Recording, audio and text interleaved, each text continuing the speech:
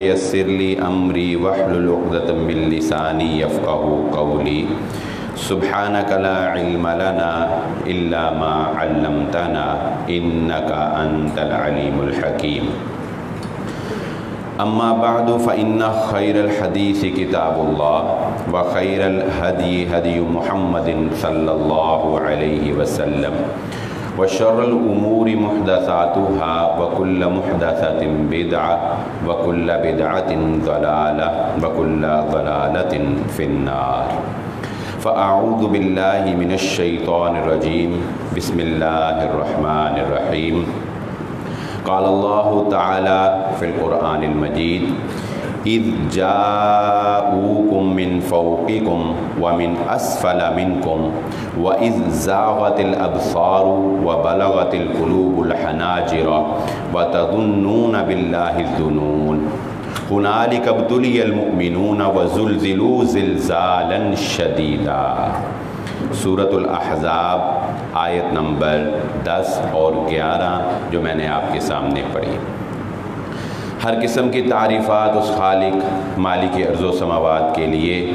اور لاکھوں کروڑوں درود و سلام آپ محمد مصطفیٰ صلی اللہ علیہ وآلہ وسلم کی ذات اقدس پر۔ جیسا کہ آپ احباب کو پہلے سے ہی آگاہ کر دیا گیا تھا کہ ہماری آج کی جو گفتگو ہوگی وہ غزوہ احزاب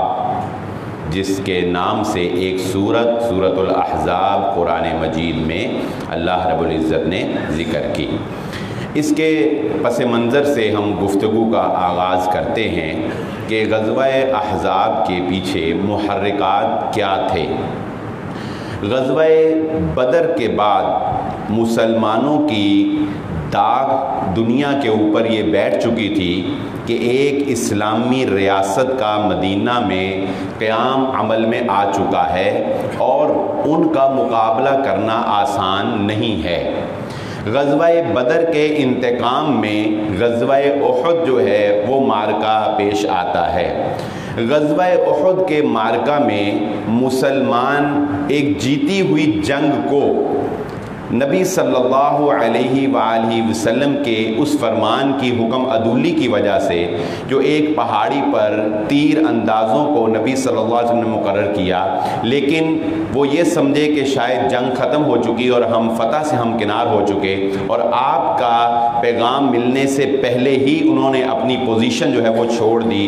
جس کا فائدہ ماہر جنگ حضرت خالد بن ولید رضی اللہ تعالیٰ عنہ نے اٹھایا۔ موقع کی نزاکت کو بھانپتے ہوئے انہوں نے اسی جگہ سے مسلمانوں کے اوپر حملہ کیا اور وہ فاتحانہ جنگ جو ہے وہ شکست کے اندر تبدیل ہو گئی۔ لیکن اللہ رب العزت نے کفار کے دلوں میں جو مسلمانوں کا رعب بٹھا دیا تھا پہلے سے، جو جنگ کا ابتدائی مرحلہ تھا جس میں مسلمانوں نے ان کو شدید نقصان پہنچایا، اس کی وجہ سے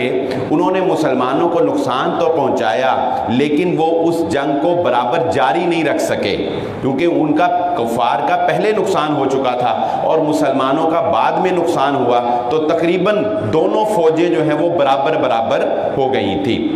اس کا احساس ابو سفیان کو بعد میں ہوا، چنانچہ جب وہ شکست میں تبدیل ہوئی تو انہوں نے ایک اچھا حملہ کر کے کفار بعد میں اپنا لشکر لے کر جو ہے وہ واپس چلے گئے، اور نبی صلی اللہ علیہ وآلہ وسلم بھی اپنا لشکر لے کر واپس آ گئے۔ لیکن اس حملے کا نقصان یہ ہوا کہ کافروں کے دلوں میں ایک جرت پیدا ہو گئی کہ ہم مسلمانوں کو شکست بھی دے سکتے ہیں۔ اس سے پہلے تک تو یہ تصور نہیں تھا، بدر کے مقام میں اور احد کی ابتدائی مرحلے میں تو یہ تصور ہی نہیں تھا کہ مسلمانوں کو شکست دی جا سکتی ہے، بلکہ وہ مسلمانوں کا رعب ان کے دلوں میں بہت زیادہ بیٹھ چکا۔ لیکن اس وجہ سے